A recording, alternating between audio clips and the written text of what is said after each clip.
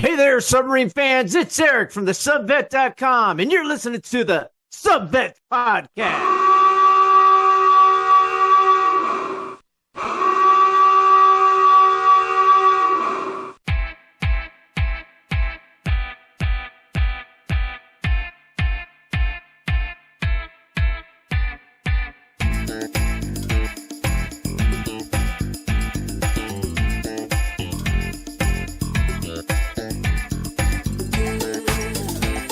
Stand battle station missile for WSRC. Set up all missiles.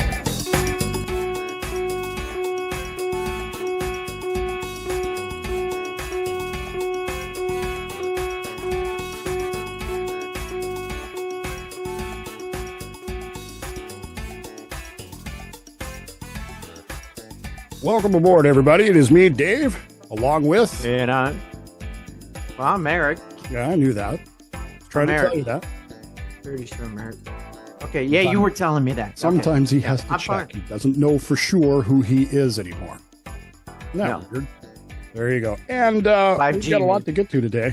As you may have noticed, there's a lot of happening in the submarine news community. Lots yesterday, of happening.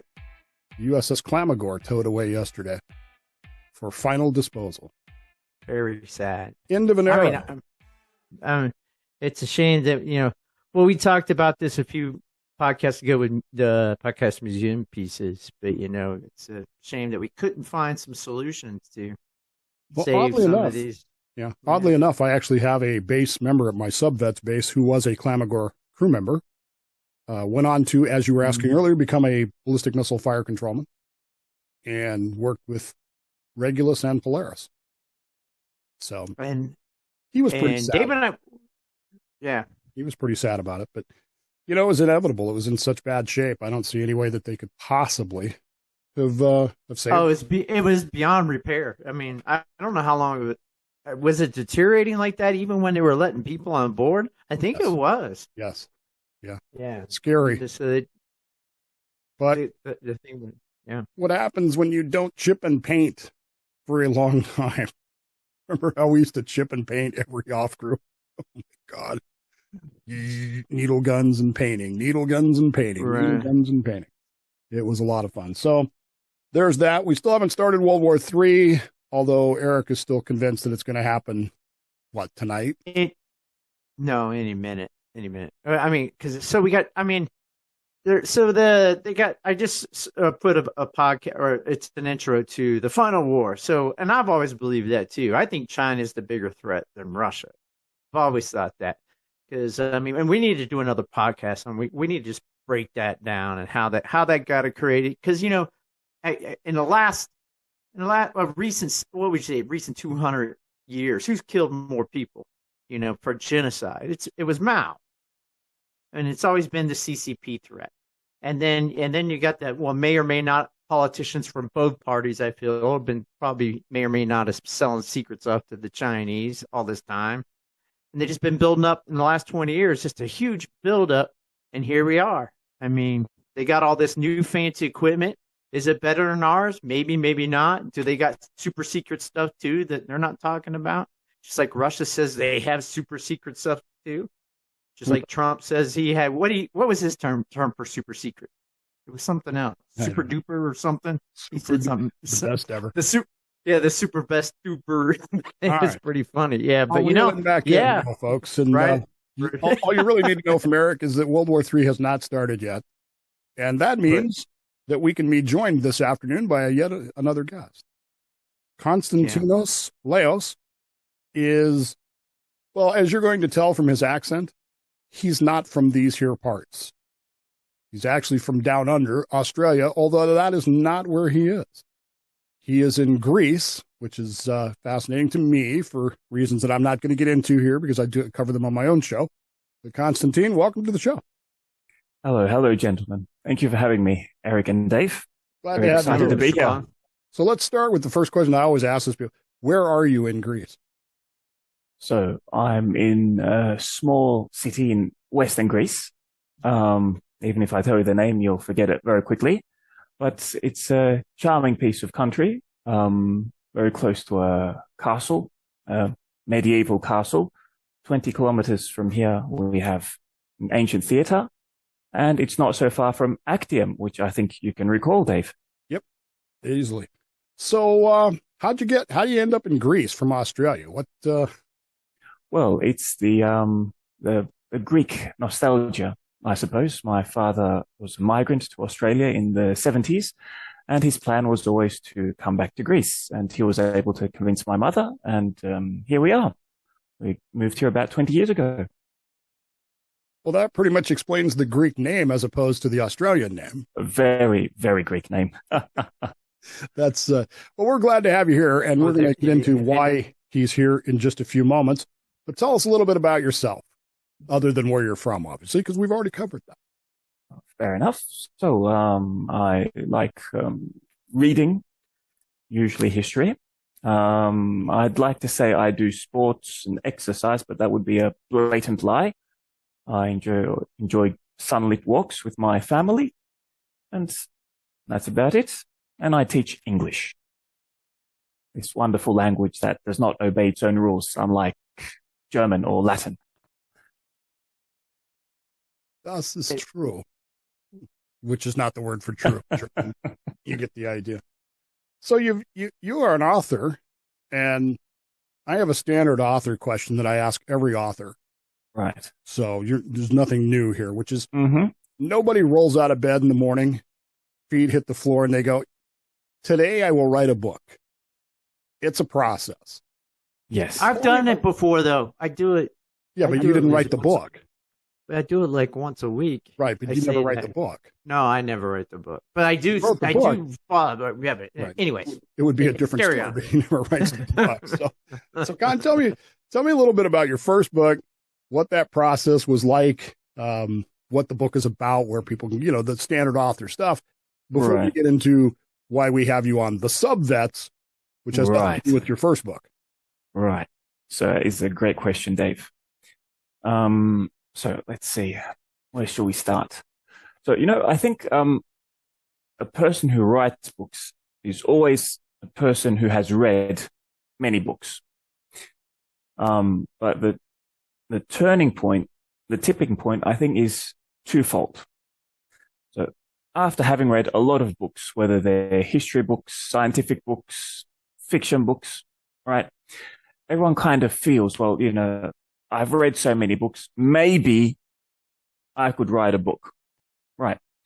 I think most people might think this at some stage, but to cross the bridge and to actually make the conscious effort to write something is something of a tipping point. So I think the first thing that helped me was, even though I was living in Greece, I did HSC, which is year 12, with an Australian distance education school. And I did year 11 and year 12 history, which was really actually advanced, right? It was like coursework that you would do here in Europe, maybe second year of university. It was like how to write a scientific paper, really. I mean, but being in Greece, I mean, that's like History Central. It is. As far as I'm concerned. It's one of the few places in Europe where all the ruins are well, they're not, they're ruins, but yeah, it wasn't completely decimated by the wars with Rome and the Arabic Wars, and that destroyed all the cities before, and the Germanic tribes that came down. At least you got some history to look at. They've got lots of history to look at, and it's everywhere, Eric. I mean, if you want to build a house outside a major city, you need to get a permit from the archaeological department. They have to dig 5 meters below where you want to build your house. And if they find something ancient, the house isn't going to be built because it'll take them 3 years to get through the red tape to dig everything up. So you hope you don't find anything ancient where you want to build your house. That's a problem I haven't heard. That's a problem I definitely have not heard before. I've seen it happen. So yes, history is everywhere in Greece. I feel the tipping point was this course that I felt I learned how to write. And going through university, I realized that I could write. This was what my professor said. My papers were very good. And one fateful day, a very close friend of mine published a small book self-publishing about the Greek Civil War, I believe. Not too long, 120 pages, and he presented it, and I said, wow. He went and interviewed people. He found his sources, and he published a book. I said, well, I could do that. So that was the tipping point. So I said, okay, what's next? You need to choose a topic that is interesting and you really find fascinating. If you don't find it fascinating, you're not going to make it through the process. So I chose World War II. The choice was either World War II or the Roman Empire or the Roman Republic. And I chose World War II because it's far better documented. With Roman history or any sort of ancient history beyond a certain point, it is guesswork. Maybe you can be 60% sure about what you're saying, 70%. But with Julius Caesar, for example, we base our books on what he said about himself. Wow, if I wrote a book about myself, it would be lovely, wouldn't it? But this is all we have. Well, but you were saying like himself were lovely. Right. What? I don't know. I'm lost on that one. But you were saying like he wrote a 120-page book.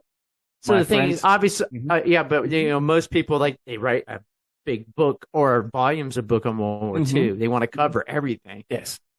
But I do find it interesting if you can find a microcosm of history or a subject matter and drill into a specific area. Like you can talk about Rome, and that's what your friend did, and with 120 pages. He chose, yes, a small episode, right? And he wrote a small book, which is what I did with my first book. I mean, a very big book is very ambitious, very difficult, and lots of room for error. It's going to take you literally 5 to 10 years. You'll be an old man before you finish it, and then still might not be published, right? So, I chose a small sector on the Eastern Front. It's a 17-day engagement. We call it the Fourth Battle of Kharkov, between the 3rd and the 23rd of August, 1943. It's the last time the Germans lost the key city of Kharkov, which we now call Kharkiv, which unfortunately we can see battles raging in that area today. The very same villages, I recognize all the place and all the towns. So that's what I wrote about. It's actually called the Waffen SS divisions in this battle, because they're very well documented. And make no mistake, many of the officers and men in these divisions committed war crimes. But the divisions themselves were of very high quality, very well documented. So lots of books, lots of original German documents to work with. So I sat down, I searched for photographs. That was an interesting process, finding photographs, asking people for photos, buying expensive photos, and then working with the German source material and bibliography. And I came up with a 160-page book. I beat my friend, but very specific. No one had ever written a book on that battle before. And so you did all the deep dive homework, where you document all your sources, you footnote it properly, everything. Yeah, that takes a lot of work. I mean, that's not. There's a lot of people just write. We just start some of the guys we got writing leadership book. Although some of them do some footnotes from what they write, but they just write their visions and their processes of what their personal experiences are and stuff. But when you deal with history, it takes a lot of work. It has to be documented, right? And you got to interview people and get kind of dig into it and be careful, because you can offend people if you don't get some stuff right. And I guess you offend people either way when you write history books anyway, because somebody's going to say, well, that's not exactly what happened, You need to be careful, especially with controversial topics. You need to have a disclaimer with World War II, especially with the German army, that that you don't want to offend, anyone on either side, because though, members of especially the SS were complicit in war crimes and the Holocaust, but there were men there who were just soldiers. Right. So you don't know what they may or may not have seen. So if you encounter maybe a relative of theirs, because these men are dead by now, very few left in Germany. They're 95 or 98, very few veterans left alive. So you need to be careful how you tread, and you want to be very professional. So you need to use your sources. You don't want to recreate any inaccuracies that have been written, in the past. Were you able to travel to the battleground at all up in Kharkiv? Oh, no. I've never traveled to Kharkiv. I would have liked to. Maybe in a couple of years from now. I don't think it's prime real estate at the moment. I've trekked around Germany, but I think it was when I was in Germany, it had not been opened up. You know, the East Germany was still East Germany now. Mm. Yeah, so yeah, it was still Eastern. The wall had fell, but people had not really incorporated. Because I was there 91, I guess, right as the wall was falling. Because I remember I got a beer stein with a piece of the wall. With a piece of the wall, yes. They do. So I was there before the wall fell a couple of times. Yeah, because I do submarine patrols in Scotland. My parents lived in Germany at the time. So I'd run in, and I got to see a lot of those castles and stuff in there. There's castles dotted everywhere. It's lots of history, and I really enjoyed that. And here and there, you would see things about, the World War II and stuff like that. But I didn't see a lot of emphasis on that. I don't know if it's because people want to forget about the war in Germany or what, but I know there's markers, but it didn't seem as present as ancient history was to me anyway. So that was just my observation. Or I could have just been my general self and not being so observant as well. I mean, that could happen too, but I did get to trek around Germany, and that's for sure.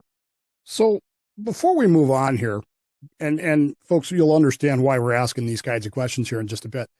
When you're writing this book and you're doing this research about this particular unit in this battle, what surprised you? What is it that kind of said to you, oh, this is different than I expected it to be?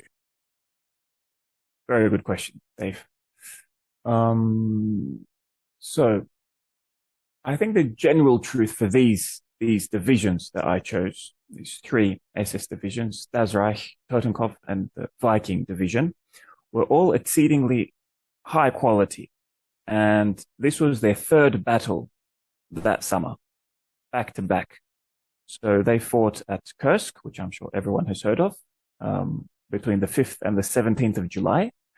3 days later, they were shipped to the south of Russia, to the Mius River, which is roughly 100 kilometers, I would say, northeast of Mariupol, another location we've heard of this year.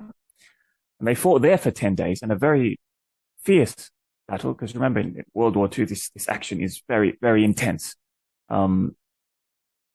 And they concluded that battle successfully. They were sent there to counterattack against the Russian attack. They were sent in as the firefighters, so to speak, of the Eastern Front. And after concluding that battle, they were shipped straight back to Kharkov to fight off another Russian attack. So these divisions acquitted themselves exceedingly well, despite fighting the entire summer. So I think that was what really impressed me as soldiers. I think I find, particularly when studying history, that there's always, I guess there's something that attracts us to each particular area of interest. And I don't know about you, but my area of interest tends to fluctuate with what I'm actually working on at that particular moment. So if I'm talking about anti-federalists, all of a sudden I want to know more about Brutus or Fubulus or something along those lines. And the World War II element of it, as you said, has been so well documented. Do you ever run into the mindset that there's just too much information about World War II? This is something I've seen with other authors in the sense that, why are you writing another book about World War II? That's World War II. A very good question, Dave. Yes. So there definitely is, I wouldn't say too much information. You can never have too much information, but you can have too many books. So I do think we have too many books on World War II. So that's why I chose something that nobody has published in a standalone books. Lots of authors have written something about this battle as part of a larger book, maybe describing one of these divisions. They described what happened there for just a couple of pages. But I decided to focus on this battle. But I don't know if you look at, the invasion of Normandy. Just Google that, or just put it in Amazon. You'll find like 120 books. Maybe they're 10% different from each other. right? Maybe there are the 5 best books, and then you have another 100 that have borrowed material. Maybe they've interviewed one extra veteran, So I think there are. Or the flip side of that is then you get the revisionist, the new history of something. And supposedly it's got, a different, they never turn out quite that way is what I'm driving at. Well, I got a quick idea I wanted just to throw out there. I mean, so here you wrote a book about German soldiers, Mm-hmm. So, and people are like, well, Germany, they lost, they're Hitler. Right. So they get visions of, some people get hatred and stuff like that. Mm-hmm. But the older I get, and having lots of Russians and Ukrainians in the Denver area where you meet them, Mm-hmm. and you're like the Cold War, we're just taught, right. Ukraine was part of Russia, those bad guys, and to Dave and I, to a certain way, we still look at them as bad guys because it just gets ingrained into you so much. So what I'm saying is that as no matter what side you're on, when you're fighting in war or you're even preparing for war, the people around you are your brothers, regardless. I mean, you're no longer fighting. Well, you're still fighting for a country, or maybe even a division or something overall, but you're fighting to keep each other alive and fighting to succeed. Because you don't want any of your brothers to the left or right of you to obviously get hurt or killed. So you're doing your best, regardless of what side. Were you able to get into any of the individual stories of some of who these men were or these veterans were? Yes. I do. That's have what I some find stories. fascinating. Yeah. Mm-hmm. It's interspersed with eyewitness accounts, which I have borrowed though from other authors, with their permission, of course, because as I said, these veterans are dead. Like 95% of them. I find out whenever a veteran dies in Germany, they're like 95, 98, 101. They're not really giving interviews anymore, but they were interviewed very extensively in the 90s. So there's a lot of interview material around. And sometimes you can get into contact with their descendants, maybe a son or a grandson, maybe find some material. But I have included many individual stories, which really brings it to life. There are some ancient out-of-publish German books that were printed maybe by ex-officers themselves, self-published in the 70s, which are by now public domain. And they have stories from soldiers, from people who have died, and it's there, right? You need to speak some German. I can read German to a certain extent. You need to, research to find these books. But yes, I have many eyewitness accounts. It's very dry without it, then it's just a political essay, really, at the end of the day, just history. If you try to bring some of these people back to life. Exactly. Look at the human side. We find that, especially in the submarine world, there's a lot of discussion about, the fact that submariners are submariners the world around. It really doesn't matter what flag they're under. And we tend to talk about that in terms of the Cold War and the Russians. To some degree, I think it's true. I will admit it's a little harder for me to look at it this way, but even in World War II, where German submariners were, let's just face it, slaughtered at an incredible rate. Yes. But I have my own opinions about that for another show. But you're right. You find these stories and they are written. And I do remember many of those books coming out in the 70s, especially in mass market paperbacks, and they're gone now. You can't find them anywhere. But if you can find them, they tell some amazing stories about things that went on then that really humanize it. And that's one of the things that I've always appreciated about books that do that. They humanize the past in a way that maybe we didn't think about before. Well, every book is available, Dave. If you if you search hard enough, you have enough time. You need time. Right. Time. Oh my God, my wife complains. She says, you spend so much time searching for books, but she says you've done really well. It's amazing research. She also studied history, so my wife complains about my books as well. The sad part, what I haven't told her is I'm going to get more tomorrow. Well, so one part about the submarine world. So, World War II's history as well. But believe it or not, folks, the Cold War is history. It's getting to be old. It's getting to be cold material. Right? It's at the end of the Cold War is over 30 years now, and it's getting away from us. And there's no coverage on it because this being the silent service and submariners, it doesn't matter again what flag you serve under. We still don't like to talk about what we did. Us as veterans, we want to keep the secret stuff secret because that's just who we are. It's ingrained in us. Whether like Dave and I talk, what some of the equipment we worked on is way over 30. In Dave's case, 40, 50, 80 years ago. I think Dave was on submarines in 1910. That's all right. But there's no way for Dave's giving me some hand signs and gestures. That's all right. But there's nobody to really cover submarine veterans as an outsider. So that's why we brought you on the show today, because I find it interesting as a young historian, and you, like you said, you're a published author already, and you've chose the topic of submarines.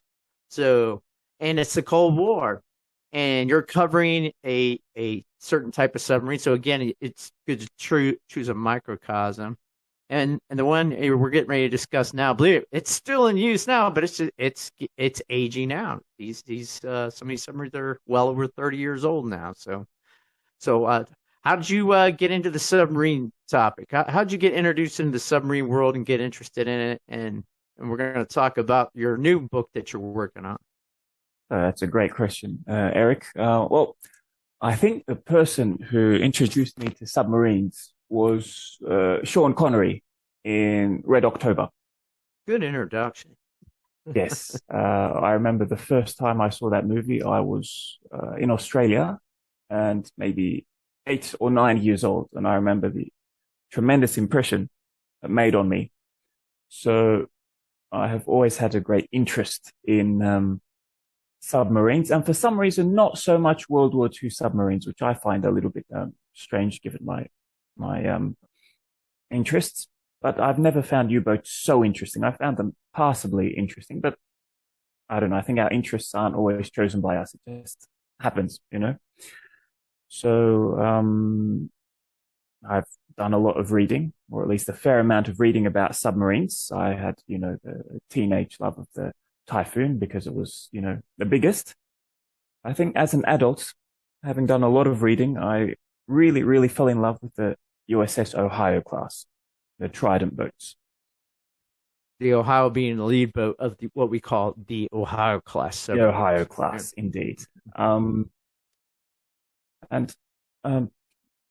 Just preparing for today, I really thought about it. I said, Con, why do you like the Ohio class so much and not like Seawolf or, I don't know, the Delta IV or the Typhoon? And I think just objectively looking at it, the Ohio is probably the most successful SSBN design of all nations. It's 2022, right? Halfway through November. The first Ohio, the namesake of the class, was commissioned on the 11th of November, 1981, I believe. That was 41 years ago. She's still in the water, which I find amazing. Construction, I think, in 76. 79. I don't know. I can't remember. Yeah, I know it's back there. 3 or 4 years beforehand, for sure. I find that amazing. So while the Typhoons have come and gone, the Delta IV is slowly being phased out. Delta IIIs, we now have the new Boré class, which looks a lot like an Ohio, if you think about it. So I feel it's a highly successful submarine. That there seems to be no very dedicated book. There are 2 books out, one by a fellow called De Gleish, I believe. He wrote it in 1984. I don't have it because shipping from the United States is like $70 to have it sent to Europe. And he covered the development, the political aspect of the development, which was very painful for the Ohio's. And a book by Jim Goodall, who covers these sort of submarines, a photo book about 80 pages long, which is quite interesting. But I feel we have space for another book on the Ohio class, perhaps a bit bigger. So what are you gonna tell us about this Ohio class submarine? What is it that appeals to you about it, other than its success? Well, I think it's a very attractive looking submarine. I mean, if you look at it, just the symmetry and the shape is I find very very aesthetically pleasing. The Typhoon is just overly large. The Delta IV is a little bit ugly the way the missile bank, what do we call it, the turtle back is shaped. The Ohio looks very very business shaped submarine. It is aesthetic. I would agree with you. It's aesthetically pleasing because when you first reached out to me, I was like, I found it interesting, being a younger historian, that you wanted to cover the topic of submarines. But I'm like, hey, we got the beginning of the missile program. The boat side was on the 41 for Freedom. Dave being on in Michigan, of course, he's definitely, he can tell you a lot about the Ohio class. And I'm like, right, but as we've discussed already in this podcast, you do have to pick a small microcosm, and it helps if you're interested in the topic. So I would agree.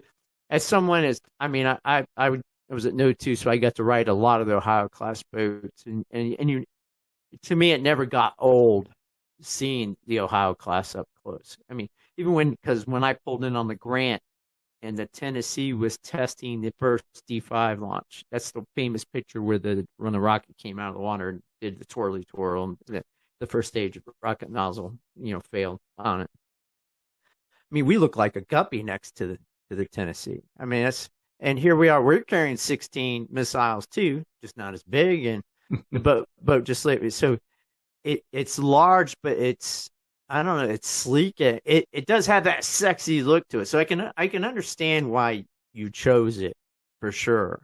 So I mean, it's good. Like I said, if somebody's got to do it, and I'm glad you chose it. So what kind of book are you right? I mean, you've shared some of this, but I wanted you to tell me, words, what kind of book you're trying to get out and show everybody, because you're right. We're talking about how it looks and aesthetic and what a success it's been. So, good question. I haven't decided on the complete final count of the pages because I keep finding photos that I want to include. Right. I think we're looking at under 200, maybe 150 pages. I'm going to have a description of the development, construction, and then I'm going to describe, really it's the naval treaties, the nuclear non-proliferation treaties that took place in the 90s and the early 2000s that affected the class. So while they were completed as 18 boats, each with 24 Trident missiles. The first 8 had the C4. The subsequent boats had the D5. Early into the 90s, I believe it was in 1994, the START II agreement, if I'm not mistaken, called for the decommissioning of some missile tubes.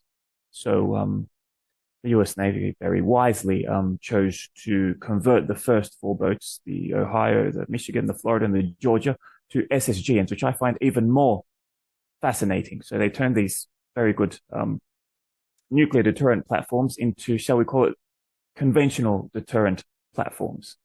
So they carry an enormous amount of Tomahawk missiles, as much as 3 Arleigh-Burkes, I'm not quite sure, but an enormous amount. It was a very good usage of the hulls.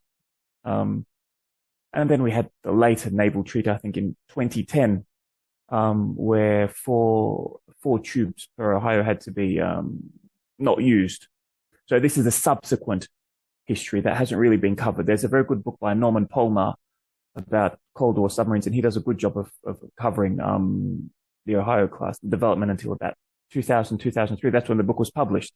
So I follow his story. He's done a very good job of describing to that point. And I follow his story and describe what has happened after 2003. So more the history of the SSGNs and the subsequent treaties that changed the Ohio. That's the he's one. Got it right That's there. It. There it is. Yeah, there you won't disagree with me. I mean, I'd be interested to hear what Dave's thought is. But over the success of the platform, 40 years and ongoing. I mean, it's turned out to be probably one of the most flexible platforms that the United States has built since we started building nuclear submarines. So, I mean, there's a lot to it, and you probably can't cover everything. And talking to you, you've opened up a lot of questions. Because when I hear you talking and you're spouting, I'm like, oh yeah, I didn't think of it. And I think of it after you said it. I'm like, yeah, we did have the START treaty. There was reasons why, and Dave and I, we discussed how we had to decommission the last 4 tubes to go align with that agreement. Where you can only have. Do you know what I learned this week? I learned this by accident. It's not the last 4 tubes.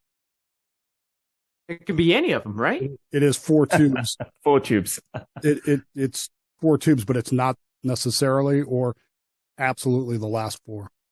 They've spread them out through the missile house. So it's sporadic. And as many rockets that I got to play with and launch off those boats, nobody clued me in on it. I was just there to do a job, and it's funny. You don't really drill, because each system on board is so sophisticated. That's why we have different rates. You just tend to drill in on what your rate is and do your particular job. And sometimes it's hard to step back as a historian and look at the whole program. Right. And like I said, there is a reason why they wanted them built, and then there was politicians, I'm sure, that were trying to stop the building of the Trident or the T-hole because Jimmy Carter so expensive and everything. Jimmy Carter tried to stop them being constructed. Which is surprising, being a submariner himself, Indeed. But he wasn't. What do you hope to accomplish with this? What's the story, I guess, you're trying to tell? Mm-hmm. Mm-hmm. Well, that's a great question, Dave. How shall I put it? So, I'm sitting here, and up there I can see my book by James Goodall again on the Seawolf class. Right, Seawolf and Virginia. I think I can show it to you. And this is a beautiful book, right? A memorial, a memorial is maybe a poor word, but it's just, a book that shows us these submarines and it showcases them in a beautiful manner. The submarines, the bases, the men, and it's just a pleasure to look through. And I saw this book, I said, nope, there's no need for me to write anything about the Seawolf class. James Goodall has it down. It's got to be covered. Right, it's covered. It's a great book. And my goal is to just create a beautiful book about the Ohio class. Brief history, not too long. It's not World War II, right? 5-10 pages is about the text, okay? The developments, Rickover, Jimmy Carter, Ronald Reagan eventually managed to push it through. These recent developments, as you mentioned, Eric, and some very, very recent things like I think one of the Ohio's did see action in Libya in 2011 in Enduring Freedom, according to Wikipedia and some other sources I found, fired 90 Tomahawk missiles off Libya. And I think the last development that I've included is that I think they're going to test hypersonic missiles from the Ohio class, which I think is, again, an enormous step forward. Just shows the durability of the hull. Well, it certainly is that. I think when you're looking at enduring weapon systems, you've got the B-52 and then the Ohio class, which even up here, they're talking about, well, they were supposed to start decommissioning them here in the next couple of years, but now that's being even pushed back. Pushed back. Yep. And it wouldn't surprise me to see it go for another 10 or 15 years, but I think the launch date is 2031 for the Columbia. We'll have to see. Well, I specifically refers to the first 4, which have been, I'm trying to say this politely, they've been beat to hell. I mean, they really have. So, they're coming close to the end of an operational lifetime, but they are, I can say this as someone who sailed on one. They are beautiful ships. And I remember thinking that the very first time I saw it, first thought that went through my head was that is a big boat. But and I remember, you cruised through sub school in, what was it, 82 probably? 81, 82. Over Christmas of 81, 82.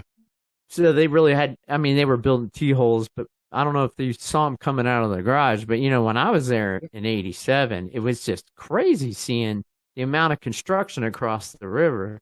And he shared some of his work already with me, just looking at it. And there's some of the pictures I posted on the Subvet group before, where you see 3, 4, maybe even 5 boats being, like you see two boats out on the waves, one that's in the water, and another one that's poking out. And I remember seeing those things across, and just how immense. I'm like, those things they're literally looking like city buildings on their side. When they're under construction, they haven't taken on the sexy symmetry like we brought up earlier yet.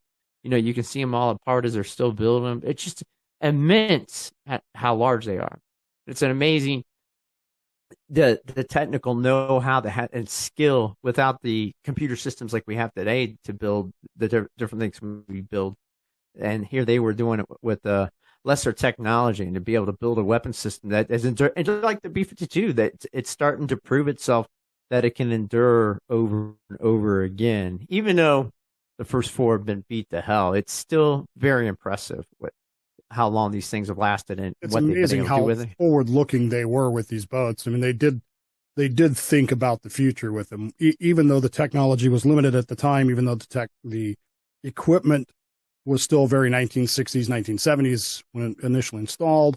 It's funny because I have this argument with my son all the time, who is a technophile, not a phobe, he's a file. I described to him the Mark 98 fire control computer, and this was 1982, 83, and that technology,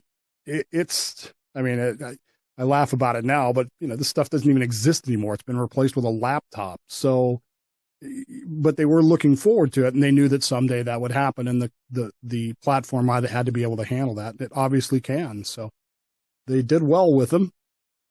I just wish mine wasn't going to be decommissioned anytime soon, because when they decommission these things, they scrap them. It hurt. It hurts. No other way to do it. I'm sure it hurts. Mm-hmm. So. Well, Con, where can people get your first book?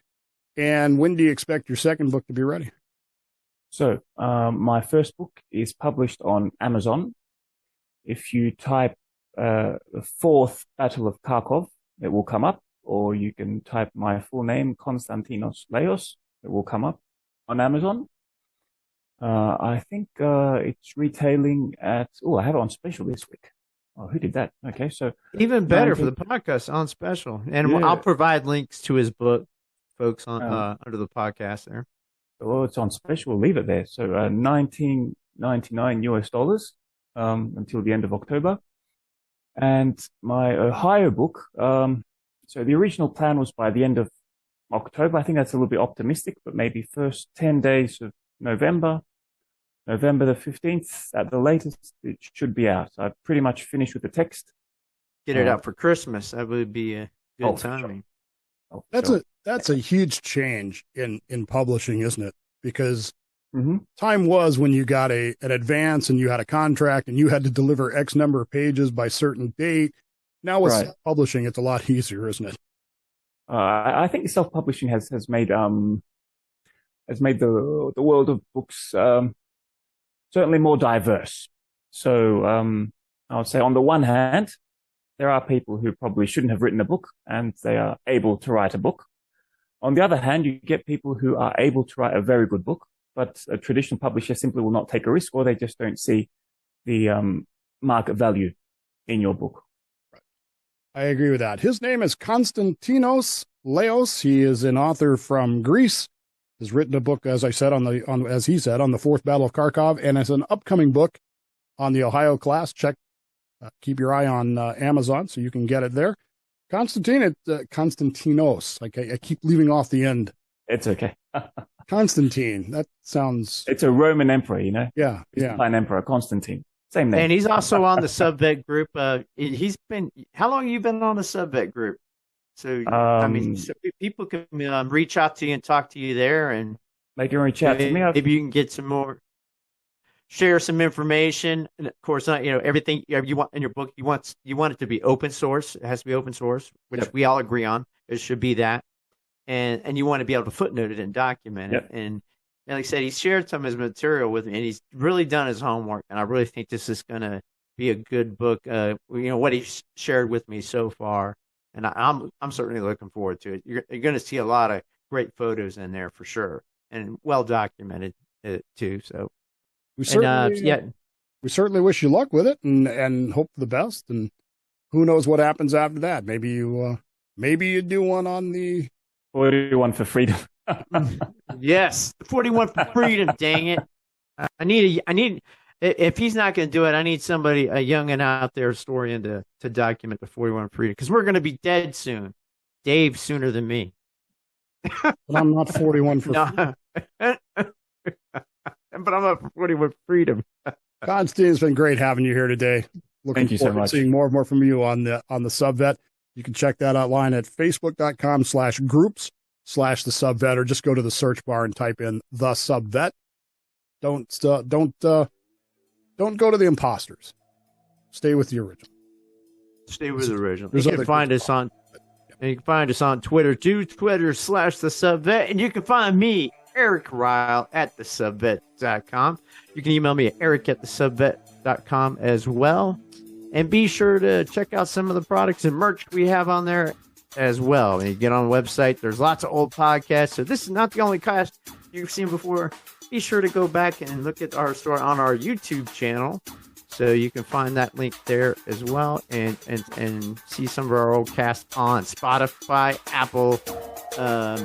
You probably got us on iHeart as well. So we're on all the major platforms. You can find the Subvets podcast.